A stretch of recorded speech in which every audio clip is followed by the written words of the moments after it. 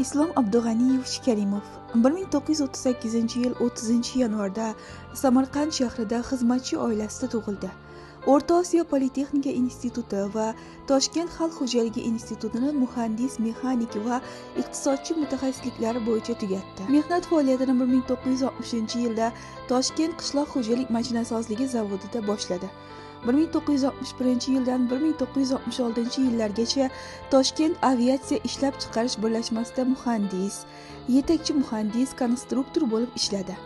1966-yilda O'zbekiston SSR Davlat plan komitetiga ishga o'tib, mutaxassislikdan Respublika Davlat plan komiteti raisining birinchi o'rinbosari lavozimiga bo'lgan yo'lni bosib o'tdi. U 1986-1989-yillar mobaynida Qashqadaryo viloyati partiya komitetining birinchi kotibi lavozimida ishlab, o'zining katta rahbarlik va tashkilotchilik qobiliyati, fidoyiligi va qat'iyati, el yurt dardini, odamlarning tashvish va muammolarini, ularni talab va manfaatlarini yurakdan his qilish bilan g'oyat og'ir ijtimoiy-iqtisodiy ahvolga tushib qolgan viloyatdagi vaziyatni qisqa vaqt ichida tubdan o'zgartirishga erishdi.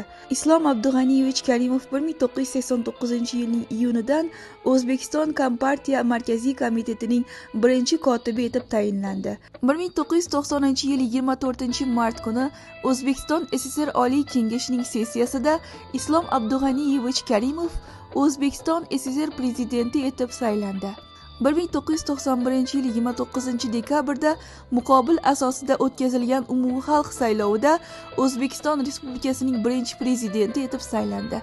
Islom Abdug'aniyevich Karimov 25 yil davomida mustaqil O'zbekistonni boshqarib, ochiq fuqarolik jamiyati va bozor iqtisodiyotiga asoslangan huquqiy demokratik davlat qurishning chuqur o'ylangan strategiyasini ishlab chiqqan va uni amalga oshirgan buyuk davlat arbobi sifatida mamlakatimizda va xalqaro maydonda yuksak obro'-e'tibor qozondi. Islom Abdug'aniyevich Karimov suveren va mustaqil O'zbekistonni barpo etish, xalqparvar demokratik huquqiy davlat yaratish, fuqarolar tinchligi va milliy totuvlikni ta'minlash ishiga qo'shgan ulkan hissasi hamda bu borada matonat va jasorat ko'rsatgani uchun O'zbekiston qahramoni unvoni, Mustaqillik va Amir Temur ordenlari bilan taqdirlangan.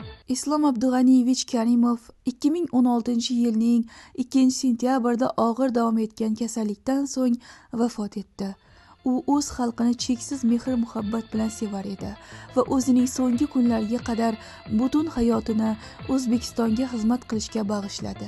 O'zbekiston Respublikasining birinchi prezidenti, o'zbek xalqining buyuk farzandi Islom Abdug'aniyevich Karimovning so'nmas xotirasi barcha minnatdor yurtdoshlarimizning, butun xalqimizning qalbida abadiy saqlanib qoladi.